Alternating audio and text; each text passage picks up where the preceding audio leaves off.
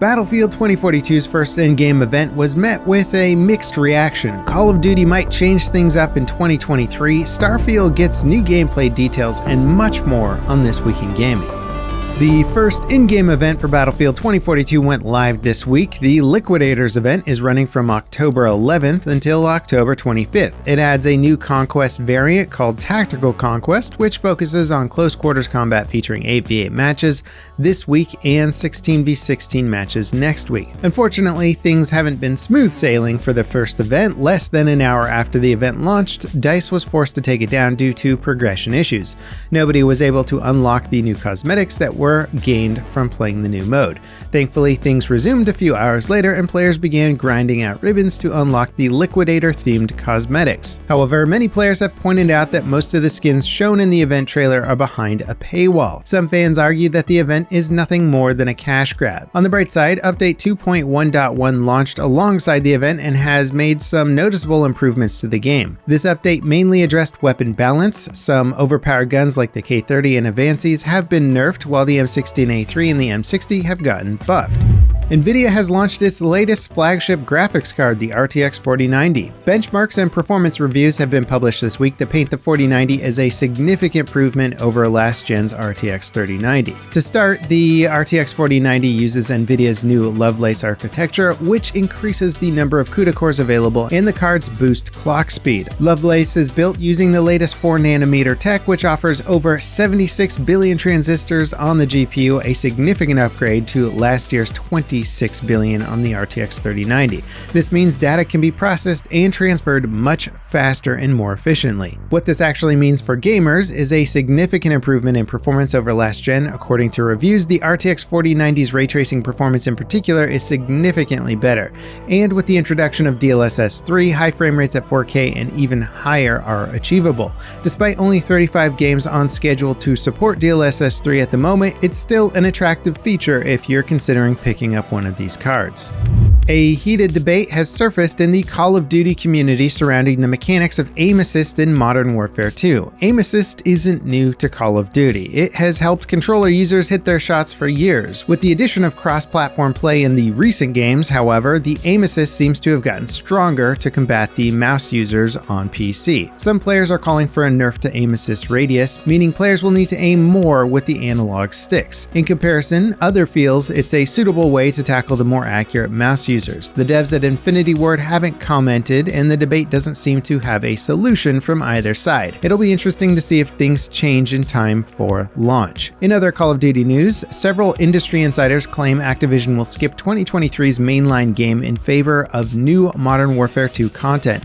A special 20th anniversary edition of the game is rumored to ship next year. It's expected to feature extra campaign content and remasters of fan favorite maps from 2009's Modern Warfare 2. Warzone 2.0 and Warzone Mobile will also be supported in 2023, so fans will have plenty of COD to look forward to. In an updated video, Bethesda's game director Todd Howard shared more about the upcoming space epic Starfield. He says that while Starfield will offer a realistic gameplay style, it's still a video game first and foremost, so it'll sacrifice realism in favor of fun sometimes. Ships won't be able to run out of fuel. Instead, they'll be limited to how far they can travel in a single run. As for the dialogue system, Howard said that they've gone back to a classic Bethesda style of complex dialogue trees to give players more freedom than in their recent titles. There's more than 250,000 lines of dialogue and a whole new persuasion system. This new mechanic makes the conversation feel more organic and realistic and should hopefully lead to a richer story. Starfield was delayed back in May and is now expected to launch sometime in early 2023. Overwatch 2's launch went less than ideal as the game's servers were hit with numerous DDoS attacks. Matchmaking queues kept players waiting for hours, and some users found their progress from Overwatch 1 hadn't carried over. Blizzard acknowledged the shortcomings of the launch and has now detailed some player compensation. Several double XP weekends have been promised, and players will be gifted a Cursed Captain Reaper legendary skin and a health pack weapon charm. Anyone who logs into the game between October 25th and the end of Season Season 2 will receive these items for free. As for users whose progress hasn't carried over from Overwatch 1, Blizzard has said that they know what the problem is and have a fix coming in a future update. EA and Criterion Games announced Need for Speed Unbound last week. This year's racing title is changing things up by offering both extremely realistic cars and highly stylized cartoon effects. According to EA, the unrealistic visual effects that accompany stuff like burnouts, speed boosts, and jumps can be disabled if you don't like them. They can also be customized with alternative appearances. Need for Speed Unbound launches on December 2nd. Last weekend, the developers at Cloud Imperium Games hosted their annual Star Citizen showcase, CitizenCon. They showed off new content and features coming with Alpha version 4.0. During the event, players got a look at the new Pyro Systems planets. Each planet offers different visual styles, and some of them have massive landmarks. A plan for new in-depth investigation missions were also revealed. These would allow players to solve mysteries by collecting fragments of evidence and clues or finding hard evidence. Huge underground facilities were also showcased, which players can infiltrate, explore, and attack. Each facility will have a different difficulty level. They're a massive expansion to the game's existing underground facilities, which haven't been updated in a long time. The devs covered tons of other areas of the game. Flight dynamics and combat is being refined, and Lorville, the oldest city in the game, is being reworked. The event also showed off new ships coming to the game, like the Crusaders Industry Spirit and the Drake Corsair. Funding for Star Citizen has blown past $500 million, with no signs of it slowing down. With all the upcoming features, it looks like Star Citizen's next few years could be quite exciting for the player base. The minimum and recommended specs for A Plague Tale Requiem have been published by developers. The brother and sister action game set during the French Revolution is just 1 week away from launch. The minimum specs are quite manageable, but the recommended specs are seriously demanding for many PC gamers. A GPU in the realm of a GTX 970 should be enough to get you 30 FPS at 1080p. To run the game at 60 FPS on ultra settings, however, you'll need at least an RTX 3070. The developers haven't outlined their requirements beyond 1080p, but one would assume if you're going up to 1440p or 4K, you're going to need a GPU with a huge amount of horsepower. Nvidia have confirmed that the game will support DLSS. It's also supporting DLSS 3 if you own a 4090, which will definitely help achieve higher frame rates. 5 years ago, Polish studio The Astronauts revealed their dark fantasy shooter, Witchfire. This alternate history FPS was intended to release this year, but the developers have delayed it until 2023. The delay has been caused by a massive redesign, changing the game from an arena-style shooter to a semi-open world experience. The game's creative director believes the change will greatly improve the overall quality. The core experience remains the same, but the open world gives players more freedom instead of being restricted to a smaller area. The team working on Witchfire also worked on hit shooters like Bulletstorm and Painkiller, so it's already amassed a very loyal player base.